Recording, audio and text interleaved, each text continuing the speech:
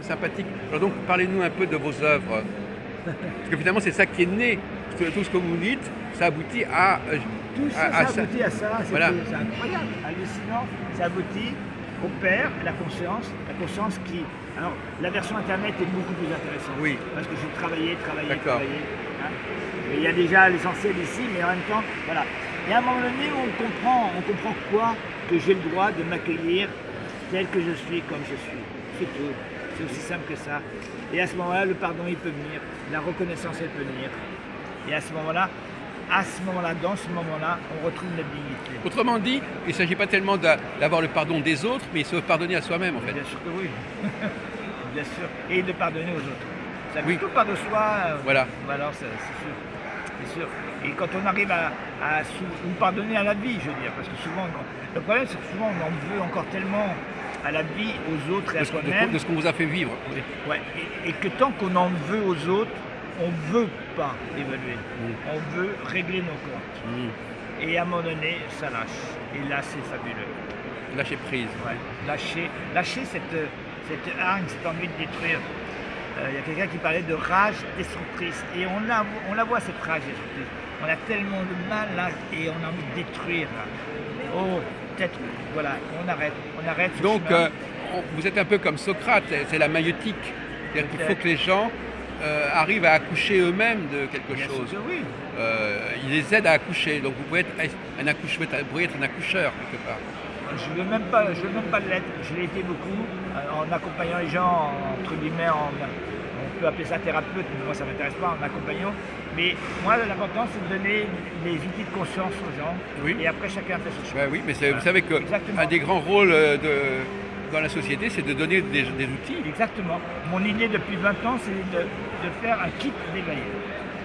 Ah oui, d'accord. Quelques livres, Oui. 2-3 séances, et hop.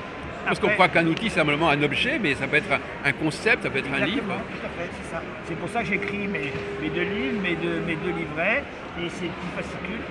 Et maintenant, je commence à le partager de plus en plus. Ce sont des outils, effectivement. Mais cela dit, il faut reconnaître qu'il y a des gens qui élaborent des outils et des gens qui s'en servent. Oui, bien sûr. Donc, c'est absolument. pas tout à fait la même chose. Ah, mais chacun son rôle. Oui, voilà. Mais on retrouve une forme de division du travail, quelque part. Moi je vais pouvoir rentrer chez moi en prenant le métro parce qu'il y en a qui m'ont fait marcher, c'est là, tout le système qui me permet, moi, oui, de voilà. faire ça, toi. Bien sûr, on est Mais ensemble. oui, c'est ça. Ouais. Et donc un outil, il est universel, c'est-à-dire que le même outil peut servir à des gens très différents. Pour moi, oui, ce que j'écris, je le pense. Oui. Un vrai outil, c'est quelque chose qui transcende les différences de temps et d'espace. Ce que j'écris, j'espère que c'est le cas. C'est immortel en quelque sorte. Je le souhaite vraiment, et je pense vraiment que c'est ça. Oui, tout à fait. Et c'est pour ça que cette époque elle est extraordinaire, parce que ces outils-là ont été préparés. On parlait de Socrate, on parlait de Bouddha, et plus ça vient, plus les choses sont précises, simples et claires, et plus la conscience, elle vient dans le plan humain.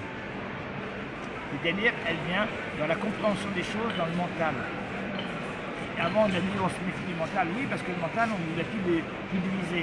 On peut utiliser le mental pour se rassembler, pour réunir, pour comprendre, et pour dire oui, ok. Mais ça nous emmène très loin, ça nous emmène... nous emmène à Étienne. Hein? Ah oui, vous en parliez tout à l'heure, mais j'avais pas retenu son nom. Ouais. Là, comme ça, on l'a sous les yeux. Là. Et qui dit, elle dit, la vie et la mort, la souffrance et la joie, la souffrance, les atrocités sans nom, tout est en moi. Et forme un ensemble puissant, indivisible. Est-ce qu'on est capable d'arriver à dire oui à ça? C'est le deal. C'est le deal. Aller accueillir cette complètement fou de la division à travers notre incarnation de cette dualité qui nous emmène dans autant de déchirures, autant de combats pour dire oui à ça. Le mot oui, c'est ça qui veut dire. Oui, c'est unir le haut et le lit. Mais paradoxalement, Christian, cette dualité, c'est notre richesse intérieure. Bien sûr, c'est ça qui nous C'est permet. à la fois la dualité, ça peut être aliénant si c'est la dualité de l'autre, mais si c'est une dualité intérieure, c'est très productif. L'échelle Le premier mot du mot humain, c'est H. H, c'est la H qui sépare. Oui.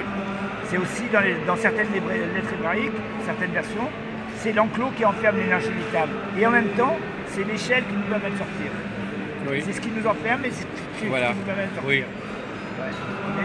Mais je dirais qu'une certaine manière, il faut s'apercevoir que cette dualité qu'on croit être passée par l'autre, on l'a en nous-mêmes en fait, quelque part. Bien sûr. Et donc c'est en nous-mêmes qu'il faut attendre qu'il faut chercher à dialoguer, qu'il faut attendre l'inspiration. Oui. Et moi je continue à penser, c'est pour ça que j'ai employé le mot androgyna tout à l'heure, que les femmes n'ont pas cette capacité, la même capacité que l'homme, à assumer pleinement leur dualité intérieure. Sauf par le biais, comme vous disiez, du sexe, mais au fond c'est presque anecdotique le fait qu'une femme ait dans sa vie deux ou trois enfants, c'est pas ça qui crée une vraie dualité. Parce que la dualité entre avec le dialogue avec l'enfant et ce qu'on apporte en nous, ça n'a pas la même puissance que le dialogue intérieur. Mais là, on parle de la mère. Mais la mère, avant et après d'être mère, elle est femme. Oui. Et en tant que femme, En tant que femme, c'est un être humain. oui, c'est ça. Pour vous, vous employez une expression générique, l'être humain. Vous savez que dans la Bible, vous avez probablement lu la Genèse, on dit à un moment donné que Dieu créa la femme. Oui, Il apporte à l'homme un outil, quelque part. Alors, je vous conseille une chose. Vous allez à Notre-Dame, Oui. Notre-Dame de Paris, Oui. le portail de gauche. Oui. Au milieu, il y a un pilier. En haut du pilier, à 2 mètres de hauteur, il y a une sculpture. Oui. Une sculpture qui a 3 parties. Alors, donc ça se déroule. Et dans notre logique à nous, à gauche, c'est le passé. Donc, on voit d'abord, apparemment, un enseignant, Dieu, apparemment, qui enseigne à Ève. Oui. Qu'est-ce qu'il fait Ève à ce moment-là? Ah oui. Qu'est-ce qu'il fait Adam à ce moment-là? Il est avachi, out, il regarde derrière, il dort à moitié. Et alors? Celle d'après, on voit Lilith et on voit Ève. Et on voit Lilith qui présente la pomme à Ève. Oui. Ève a la pomme dans la main et Adam il est comme ça encore. Et la troisième, on voit Adam et Ève qui sont chassés du paradis. Ève, c'est ok pour elle.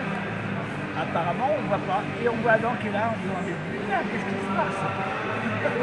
Ah bon, alors là, Alors pour oui. moi, Ève, c'est l'amour. L'amour, il sait, il donne l'amour, Oui. il est pour tout le monde. Oui. Mais Adam, la conscience, il n'a rien pigé. Et Mais c'est vous avez normal. raison, quelque part les femmes, elles ont tout de suite quelque chose. Elles n'ont pas besoin de lutter pour l'avoir. Exactement. Voilà. Et c'est ce qui fait leur force et leur faiblesse. Exactement. Voilà. Merci beaucoup, Christian. Merci beaucoup.